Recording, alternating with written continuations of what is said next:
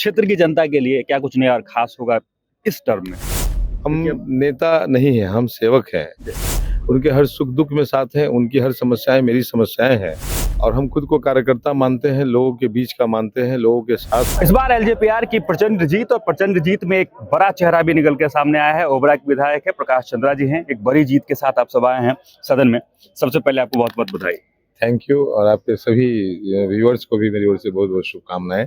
इतनी बड़ी विक्ट्री का क्या आभास था कि इतनी सीट निकाल पाएगी एलजेपीआर? बिल्कुल आवाज था, क्योंकि चिराग जी ने जिस तरह से संघर्ष किया था, लोगों के लिए लगातार 5 साल तक वो सड़कों पे थे और जिस तरह से जनता के बीच में रहे, यह जीत असंभावी था और इससे भी बड़ी जीत की हम लोग कल्पना करेंगे आगे भविष्य में। क्योंकि जिस प्रकार हमारे नेता लगातार लोगों के बीच रहते हैं, कार्यकर्ताओं के बीच रहते हैं, एनर्जेटिक लोगों की टीम है, युवाओं की टीम है उनके साथ, और उनके टीम के सारे लोग भी काफी मेहनती हैं, तो पार्टी और आगे जाएगी।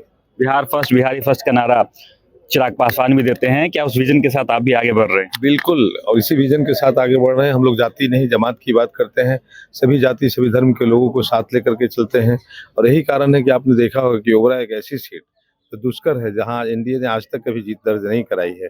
उस सीट को भी हम लोगों ने एनडीए के खाते में डाला है। ये हमारे चिराग पासवान जी का मार्गदर्शन, हमारा मेहनत और हमारे लोगों का, हमारे कार्यकर्ताओं का साथ, सभी जाति सभी वर्ग को लेकर के साथ चलने की हमारी मादा, इन सभी कारणों से हम लोगों ने जीत को दर्ज कराया है। क्या कुछ विजन लेकर आप आए थे और क्या विजन लेकर अपने विधानसभा क्षेत्र में गए कि जनता ने आप पे विश्वास जताया? पिछले चुनाव को हारने के बाद भी मैं लगातार 5 साल लोगों के बीच सक्रिय रहा। जिनके घर भी मृत्यु हुई उनके घर श्राद्ध का सामान लेकर के मैं पहुंचा। ऐसे 4000 परिवारों का श्राद्ध कराया, 2600 यूनिट ब्लड डोनेट करा करके, क्योंकि वहाँ ब्लड बैंक नहीं है और एनएच के किनारे दुर्घटनाएं भी बहुत होती हैं, महिलाएं एनीमिक होती हैं, वैसे लोगों की हम लोगों ने जान बचाई। रोजमर्रा में लोगों की मदद किया, हर उनके दुख सुख में साथ निभाया और यही काम हम आगे भी करते रहेंगे। और मैंने तो घोषणा कर दिया है 2 कदम आगे बढ़ के कि पटना में जो बंगला मिला है मुझे विधायक का, उससे मैं फर्निशिंग करा करके और जनता को सुपुर्द कर दूंगा। तो जनता को हमारे क्षेत्र के लोग आएंगे और वहाँ पे ठहरेंगे, इलाज कराएंगे, या फिर हमारे युवा जो यहाँ पे एग्जामिनेशन देने आते हैं वहाँ ठहरेंगे, उनके लिए अपने वेतन से मैं निःशुल्क भोजन की व्यवस्था करने जा रहा हूँ।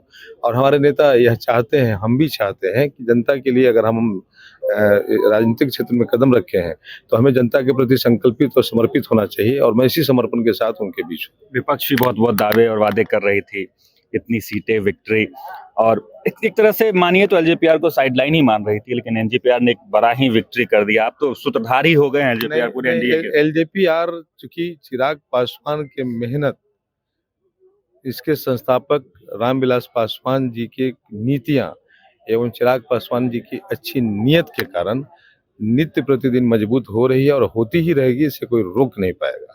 इसने कई झंझावातों को झेड़ा, बाहरी लोगों ने भी पार्टी को कई बार तोड़ने का प्रयास किया, घर वालों ने भी इसे तोड़ा, लेकिन चिराग पासवान जरा भी अडिग नहीं हुए। उन्होंने लोगों के बीच रह करके लोगों के लिए जिस प्रकार संघर्ष किया और उनके साथ जिस तरह से युवा जुड़े, इसके कारण यह पार्टी को आगे जाना ही है और आगे जाती रहेगी। आप भी जमीन से जुड़े नेता हैं, क्षेत्र में लगातार काम कर रहे हैं। क्षेत्र की जनता के लिए क्या कुछ नया और खास होगा इस टर्म में? हम नेता नहीं हैं, हम सेवक हैं और हम खुद को कार्यकर्ता मानते हैं, लोगों के बीच का मानते हैं, लोगों के साथ हैं, उनके हर सुख दुख में साथ हैं, उनकी हर समस्याएं मेरी समस्याएं हैं, उनके साथ मैं उसी प्रकार बना रहूंगा जैसे पहले रहता था, परिवार के सदस्य की तरह। चलिए, हमारे साथ एलजेपीआर के विधायक थे, उन्होंने सीधे तौर पे कह दिया वो एक नेता नहीं, बेटा बन के अपने क्षेत्र में काम करेंगे। एक बड़ा ऐलान भी कर दिया कि अपने क्षेत्र के लोगों के लिए जो अपना सरकारी आवास है वो न्यौछावर कर देंगे, उनके लिए खाने की व्यवस्था होगी, उनके लिए रहने की व्यवस्था होगी और कई सारे विजन को लेकर भी वो अपने क्षेत्र से आया। बाकी इन तमाम खबरों को लेकर आपका क्या कुछ कहना है कमेंट बॉक्स में जरूर लिखें और देखते रहें सच टॉक्स।